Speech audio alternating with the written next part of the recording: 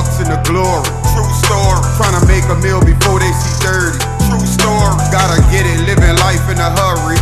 Get rich or die trying till the day that they bury. True story. Niggas dying for the bucks and the glory.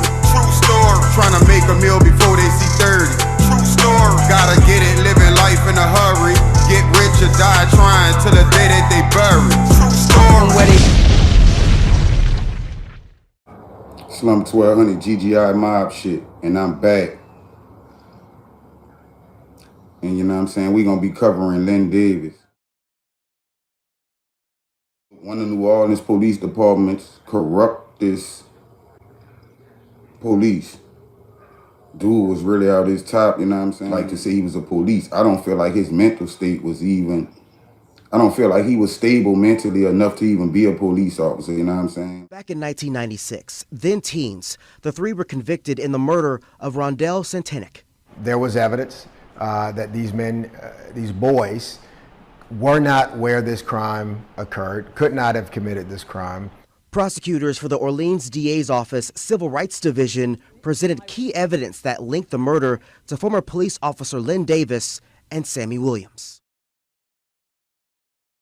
That Lynn Davis was inflicting a reign of terror in this community, was engaged in narcotics trafficking, murder for hire, protecting certain drug dealers, protecting his own drug dealing. Like I actually listened to the tapes, you know what I'm saying, of him talking about, you know, when he had his phone tapped or whatever, and he was telling dude what the chick had on, what, you know, what the lady had on or whatever. And my condolences to the family of Kim Groves. That was a real tragic incident, you know what I'm saying? That was real crazy, you feel me? But I'm gonna read this to y'all what I pulled up on Lynn Davis. So it said a federal appeals court on Friday turned down a request for a new hearing for a former New Orleans police officer facing execution after orchestrating a 1994 murder of a woman who filed a brutality case against him. In theory, Lynn Davis finds himself one step closer to receiving a federal death penalty, which was handed to him following his conviction in the killing of Kim Groves. But he can appeal Friday's decision from a 3-judge panel to the full federal Fifth Circuit and then to the U.S. Supreme Court, meaning it could be years before his case is concluded. U.S. Circuit Judge Priscilla Owen, Don Willett, and Andrew Oldham rejected arguments that the question of Lynn Davis' guilt deserves to be revisited because the government withheld key information and evidence. Well, key evidence. Jurors were biased and he did not have complete legal representation at his trial. Their decision initially affirms the U.S. District Judge Evan Lemon's March 2018 ruling that neither Davis nor co-defendant deserved a new hearing because evidence of their guilt was overwhelming. An attorney for Davis, Sarah Ortega, said Saturday that she and her client are exploring their legal options going forward. Groves landmarked the nadir for the reputation of the New Orleans Police Department, which that year stood watch over the city that registered its all-time high in killings, 424. Federal agents at that time were investigating Davis because they suspected he and other officers had been paid to protect drug dealers. Amid the probe, Groves went to NOPD's Internal Affairs Division and reported having seen Davis pistol whip a teenager. Within a day, Davis had been tipped off about the complaint and arranged for the drug dealer Paul Hardy to execute Groves roughly a block away from her home in the Lower Ninth Ward. The plot to murder Groves was captured on FBI phone taps meant to expose the protection racket to which Davis had been linked, but agents weren't able to prevent Hardy from killing the mother of 3. Davis and Hardy each received death sentences after they were convicted in 1996 of violating Groves' civil rights. A third man linked to the killing, Damon Causey, received a life sentence after being convicted of hiding a handgun used to murder Groves.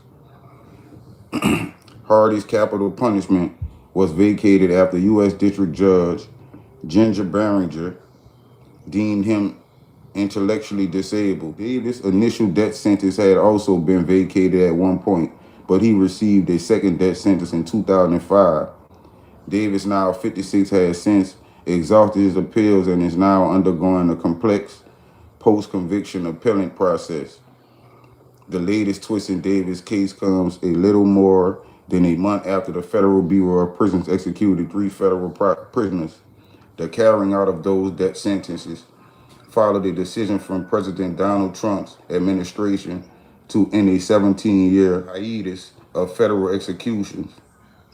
Altinger said she was concerned that prosecutors insisted on carrying out the death penalty on Davis meant her client, who is black, stood to become the only person ever killed by the government under Reconstruction era.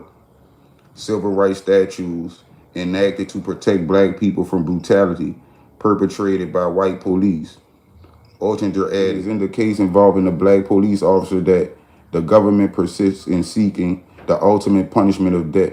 The city of New Orleans in 2018 agreed to pay Groves' children $1.5 million to settle a civil lawsuit her family filed following the killing.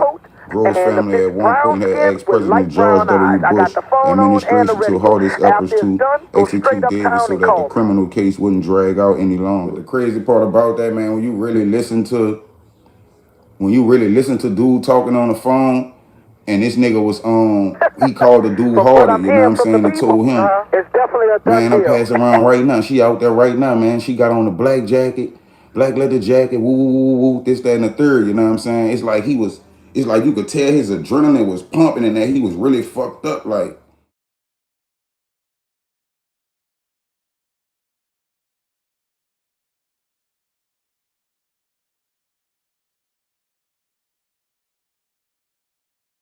That shit was crazy, man. That nigga was on the phone tripping like, you dig? Like, yeah, man, that nigga really said rockabye baby and shit. Like, really tripping like, you heard me? Then that nigga was laughing.